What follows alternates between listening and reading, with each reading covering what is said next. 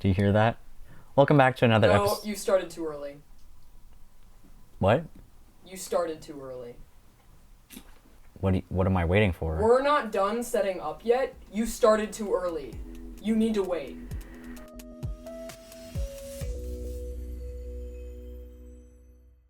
Welcome to another episode of Wendigo Uncut. Today we're going to be talking about audio horror. Oliver, can you tell me what the topics we're going to be talking about today? Yeah, just a little summary of the episode. We have a few topics in history of audio horror. We are going to talk about some of the first ever audio horror and some more recent things, and just kind of talk about why audio horror is a genre. Starting off, we're going to be talking about The Witch's Tale. It was made in 1931. Basically, just a bunch of old tales that are told over the radio, and it was very, very old. It's like one of the kind of first famous ones. Seems pretty interesting. I've heard good things about it. I've heard that it's actually very scary. Like some people it keeps them up at night. Yeah, I personally don't think it's too scary, but probably just because of how old it is. Yeah, like I've heard stories like from the time where it's like the middle schoolers and elementary school kids that would like listen to it. A lot of them couldn't sleep for like the nights after. Well, it was the first ever horror drama on radio, so it was also considered a drama, which kind of makes sense. It was pretty innovative then, so that's why makes sense why those kids would want to listen to it. I mean, little kids love to be scared. Yeah, They love true. it. I used to when I was a kid as well. So there's kind of like a main cast, I guess, if you could call it a cast. I mean, the voices on like podcasts and like radio that would be considered the cast. And if they play a character, and if their voice plays a character, then they're still playing a character. So that's the cast of it. I guess. But there wasn't really a whole lot of a cast. It was actually just a man and his wife, who kind of played the main two, and then they had two others to be like more of the supporting cast. The actual director, creator, whatever, was written by Alonzo Dean Cole, and his wife, who played the witch, I don't think she's actually named, but just the wife, and she, as the Witch of Salem, would be the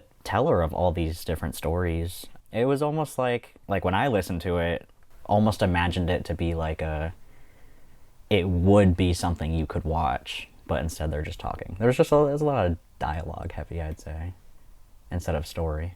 Yeah, that seems very like fair. Where it's like it's all dialogue. They're like, I mean, like it was early. They were just trying to like they didn't know like a good way to do like audio mediums, so they were just talking because like there was nothing like a horror like story based like audio stuff at this point. It was all like radio shows, so they were trying to mimic that. It feels like mimic that, but then add in like a little bit of like story in the background.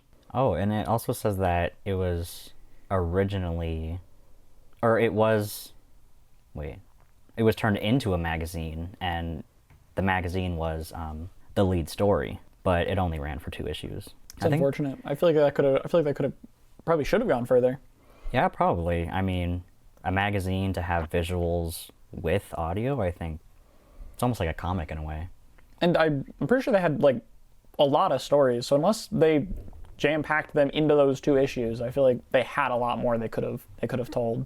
Yeah, because a lot of their scripts were original stories, were literacy adaptations.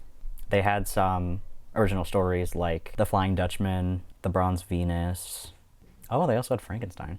Now, do we think these are the originals, or do we think these are retellings? Because if these are quoted to be the originals, could the originals that they got it from like have been like lost, or are they a retelling of an already established thing? Because I know the Flying Dutchman was like from like pirates, would be like this ghost ship, which means like I feel like this is more of they wrote it down and put it into a medium that could be held for much longer than just word of mouth from those like pirates. Yeah, that is true. I'm not 100% sure. I mean, I did listen to a few minutes of a few different tales. Some of them sounded like they were like kind of adapted into their own words. Some kind of made it sound like almost kind of like giving a peek to the original, like especially their Frankenstein one, but it didn't necessarily say it was Frankenstein. Yeah. So I guess there was a mix of both. Where they took the ideas of other things, like of these things, and turned them into like they put their own spin on it to turn it into this audio medium. Oh, it also says that some of the shows, or majority of the shows, were recorded live during a broadcast and then distributed to other radio stations. Oh, but the recordings were destroyed by Cole in 1961, so very, very few episodes actually survived, which is sad. Yeah, more parts of lost media, but like, and if that was never uploaded anywhere or never made copies of, then those are truly lost to time. Mm-hmm. Oh, they also tried to bring it to television, but the plans to actually film a pilot with Cole, it fell short and never made it to TV. If he's the one who destroyed them, it feels like he didn't. It feels like he wasn't proud of what he made then. And I wonder why, because I mean, also his wife is never named.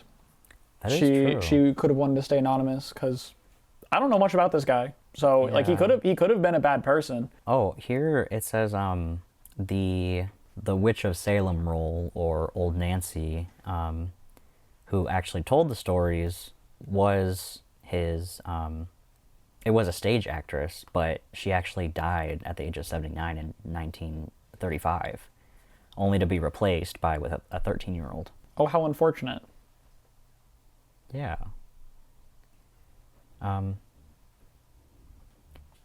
What's the next topic on the menu?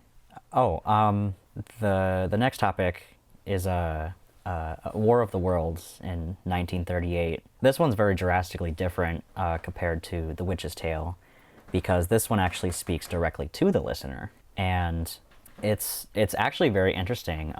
It was another radio series, and the War of the Worlds episode was actually a Halloween episode, and is really, really famous for actually enticing a wide panic among people, because the whole premise of it was them saying that there was an alien invasion, pretty much, and everyone actually believed it. So there was a huge panic. That's kind of interesting. How could you convince so many people? I'm not sure. I mean, because how did they format it to get the people believe them so well? Yeah, I mean, supposedly there was only actually a few listeners, but word of mouth. It almost sounded like, if you had ever heard clips from it, it sounded like an actual emergency radio broadcast. There was, in the episode, you can hear there's a lot of overlapping voices, which probably didn't help the urgency and need for panic, but it's really interesting. Have you listened to it? Yeah, I haven't seen the broadcast myself, but like I've seen stuff about it. But I mean, I think it's really interesting that, back then in the 1930s, the fact that they had the idea to come up with, instead of just telling stories over a radio or, things like that, they directly talked to the listener and, made it seem like it was a real thing. And I think it really like opened up the entire idea of kind of breaking that fourth wall and making it sound like it was real life instead of just playing make-believe. Speaking about real life, I did also hear that he got a lot of backlash for making it like sound like very realistic and like maybe from the government. People got mad at him. All he did was he made a public apology, like saying that like it was more of an experiment kind of thing, but he wasn't prosecuted at all, and that also helped us get some of the like measures we have in place that people can't like fake. That's why you hear there's the one specific like frequency that plays before government messages that is actually illegal to use on anything else, because of the fact that it's like this means it's official and is a large emergency. I never knew that. Well, I mean, I guess it does make sense, because if you have any kind of panic through something fake, it's bad. That's why reporting like false crimes is bad, and is why it's prosecuted so heavily. Mm-hmm. I'm surprised you didn't get prosecuted, though, or at least like more of a punishment. I mean, it was the early 90s. People were like still like experimenting with things. I mean, I guess, but it's just like, that's a pretty serious, I mean, a wide panic. I mean, even though there was relatively few listeners, I mean, like I said, word of mouth can really make things, spread like a wildfire. I mean, but then again, I'm kind of thinking, and I'm like, well, the people listening, like, they really believed it. Like, I don't know, if I heard that, I wouldn't believe it. Well, I don't know, because I did listen to it. I guess back then I would. I feel like, I don't know. I feel like if you do it correctly, I actually think it's really easy to manipulate people. I really disagree with you on this one. Really? Yeah, like, people are a lot more perceptive than you think. It's much harder to, like, deceive people and, like, trick people en masse, or even, like, individuals. It's a lot harder to trick, like, somebody that you're sitting right in front of.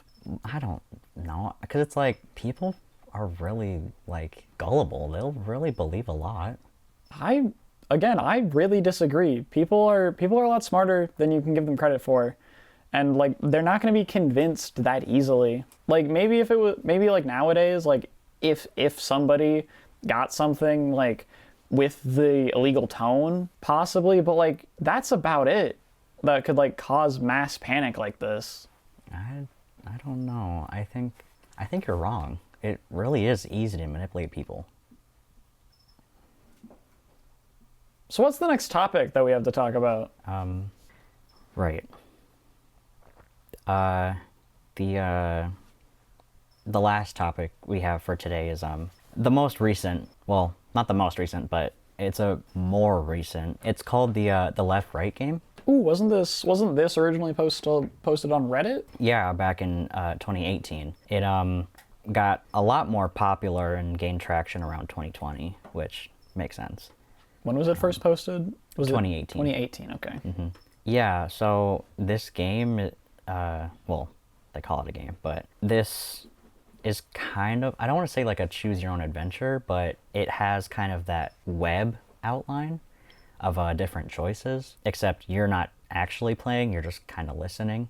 And this one actually has a lot of characters that you come across, and you follow this journalist who is investigating a story of a game, which it's kind of like it's almost meta in a way, which I find funny. I don't know.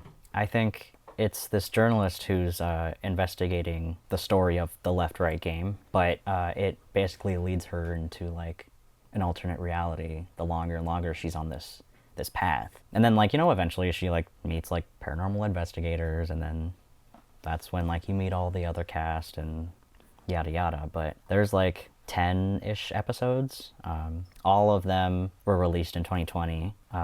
All came from the original post and then made into an audio episode series. I also heard that it got picked up by Amazon Prime, but I have nothing to go off that since. Oh. All I heard, or it got picked up by, it got picked up by a studio, but I'm not entirely sure which studio, and I haven't heard anything since somebody picked it up. Oh right, Amazon Studios, you're right. They have the rights to the Left Right game. That's interesting. The series also got a few awards. They won 2 awards at the Ambies. They won Best Production and Sound Design, and then Best Performer in Audio Fiction. They were also nominated for 3 other awards, but did not win those. But I mean, obviously, this was really something big. Yeah, especially starting out from like small, like one person like writing this on Reddit, because like if you read some of those comments like from when it was posted, people are like, how can you make us wait another 24 hours for the next part? Because people were so invested. Mm-hmm. And they really did have a pretty large cast to record. There's a lot of people. I haven't gotten to listen to the whole thing, have you? No, I have not. I mean, from the little bits and pieces that I have listened to, it sounded very good. I mean, if I stumbled onto it, like the post, and then I heard that they made, an audio series about it, I think I'd be pretty excited to listen to it. Yeah, I do agree, because I did look at, I've seen the post, and it is, I think, like 10 parts, and each one is quite long. So listening to it, being able to listen to it in audio format would be much more preferable than trying to read it. And I believe each episode is about 30, 40-ish minutes. So, I mean, they really do stretch the whole story and really keep people engaged. On the first episode that was launched, listening on YouTube, you can listen there. I saw that there was about like 7.3 million views, which is really good. I mean, no wonder it won awards. It's very, very famous. I mean, even just the title of the Left-Right game, it sounds like a lot of people would know about it. It almost sounds kind of like a creepypasta. Yeah, very much. It very much does, because it does. It does repeat multiple times, or at least twice from the part that I read. It's, have you heard of the Left-Right game? So it's kind of like an inferring on itself kind of thing. I mean, audio horror in general is just not easy to do, but with the topics that we talked about, I mean, all of them became famous enough in that time to have people really dissect every part of it. And, you know, I really do wonder, like, what are the staples in audio horror? Like, a few of these had music in them, and that kind of helps, but, you know, having sounds and, I don't know, I think it's really interesting, and so, like, I kind of want to dive deeper into that. Yeah, I Like, mean, what obviously, makes audio horror? Obviously, a good story will get you there. If you don't have, for the audio medium specifically, you need good actors to be able to like voice actors that can like portray the characters very well. People that know, like people that have like seen it all or like read all of it, so they know what like how the character is feeling in this moment. Because it's all audio, so you have no visuals to go off of. So you really have to try a lot harder to like express how the character feels. The writing's got to be natural, because that's all you have. So people can get invested in like these characters that they're listening to, and characters and story that like they can really get invested to, and then they run with it, and then it's really enjoyable for the people making it, the people recording it, and the people listening to it especially. Yeah. I mean, are you any fan of kind of audio horror? Are you more like a visual kind of person? I mean, I do like my visuals, but audio is very nice to like listen to, because like you can listen to it like in the car, like while you're doing other things, you can like put it on in the background. So audio is very nice for that, for like background noise without needing a visual. Yeah, I mean, that is true. I don't know. I like my visuals. I feel like if it's not very convincing to listen to, and within like the first 5 minutes, I will probably lose focus. But I don't know. I think I kind of want to just know more about, like, are there different genres in audio horror, or is it just kind of like whatever happened? I don't know. I mean, like, there's obviously like genres, like kind of like how there's genres to books, where it's like there's a horror, but like how are you going to get horror for like books? Because like you can't do gore because you don't see anything.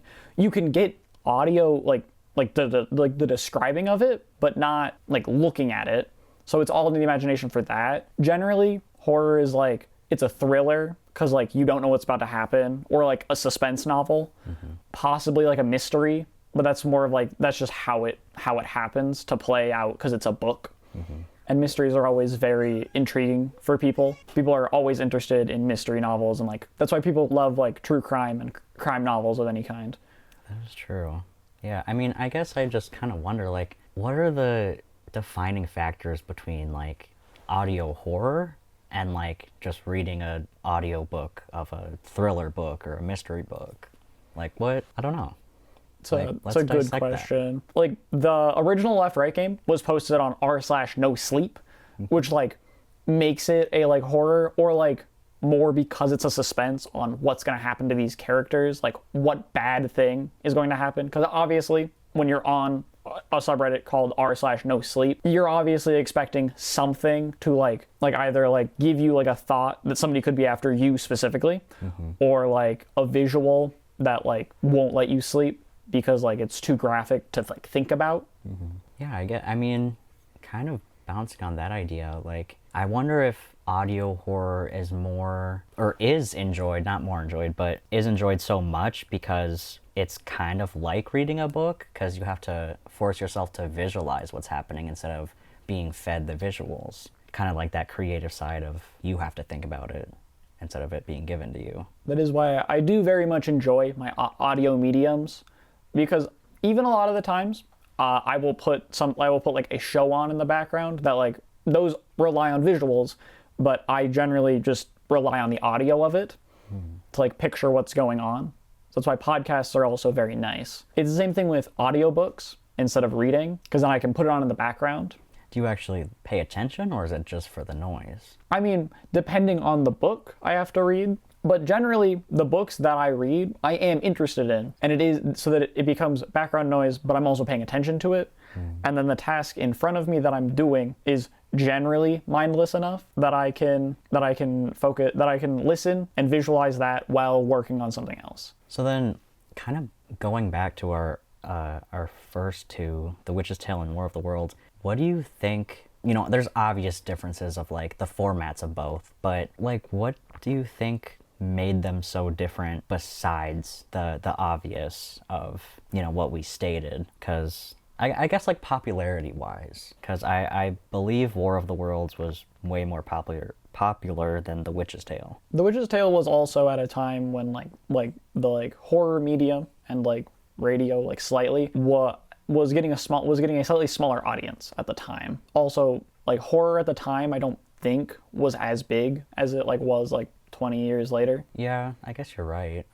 I guess it kind of just brings back to what I said about like the difference between listening to a story via like an audiobook and being talked to directly, like how they do in the War of the Worlds. Instead of it being like a first person or third person retelling of the story, the War of the Worlds was more of a second person speaking directly to its audience. So then I almost wonder, like, having that direct kind of perception, like, do you think that causes more of an uneasy feeling? Or, I mean, obviously, if we're talking about exactly War of the Worlds, of course, because people did panic, but like if it was just any other thing, like any podcast or recording of that kind of audio horror thing, like, do you think it works better being more second person, or is it just kind of like listening to a story and then visualizing what happens more scary? I think the second person would be more scary because it feels more real. Because instead of somebody like describing the story that is happening, they're trying to convince you specifically as a viewer, like speaking at you, that this thing is real and like this is what's happening. Mm-hmm. Yeah, I agree. Because it's like, it's one thing to, I guess it's just like the rank of being immersed, kind of, because it's like either you feel like you're going through whatever's happening right in that moment, and like you believe it. It's kind of like that sense of security of like, do I believe that, will I let myself believe that this is actually happening, or do I know that I'm just reading a story or like listening to a story? Which I think that's a whole thing to unpack as is. Just audio horror in general has a lot of potential, and I think that there's a lot of staple things to kind of know about and talk about, and a lot of things that aren't talked about that really are important to what makes audio horror different from other kinds. I think because like with audio, as I've said before, you have to be more like direct with it. Also, even like an audio telling of a book is still like, you can still get more, like it can still be scarier than just reading the book, and also more convincing than like, oh, I'm reading this, I have my own perception. But if somebody's saying it, they have inflection on certain words that can make certain parts of it scarier. Yeah, that is true. Yeah, and I think like, I guess I don't think. Let me get there. I think what you said is actually good. Nope. Try that again. Give me a second. Help! Oliver, what is wrong? Oh my god. What is wrong, Oliver? Oh, I literally had something so good I was gonna say, bro. Okay, hold on. I've run out of things to say, bro. Actually. Oh my god, please let me pull something out of my ass in 2 fucking seconds, bro.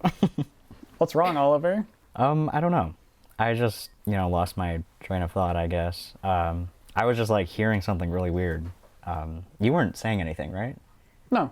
Right. I think I just need sleep or something, or maybe this episode's gone on too long. I don't know. Sorry. So yeah, I mean, I guess to kind of wrap up the episode, I don't really have much else to say about audio horror in general. I feel like we've talked about all we can talk about, and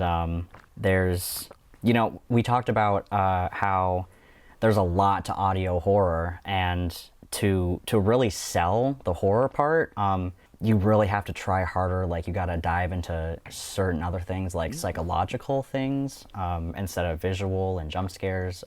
But yeah, I think it's a very important topic, and I'm glad you could join me. Do you have like anything else to add to audio horror? Or? Oh well, Fix it now. You've been making past testing.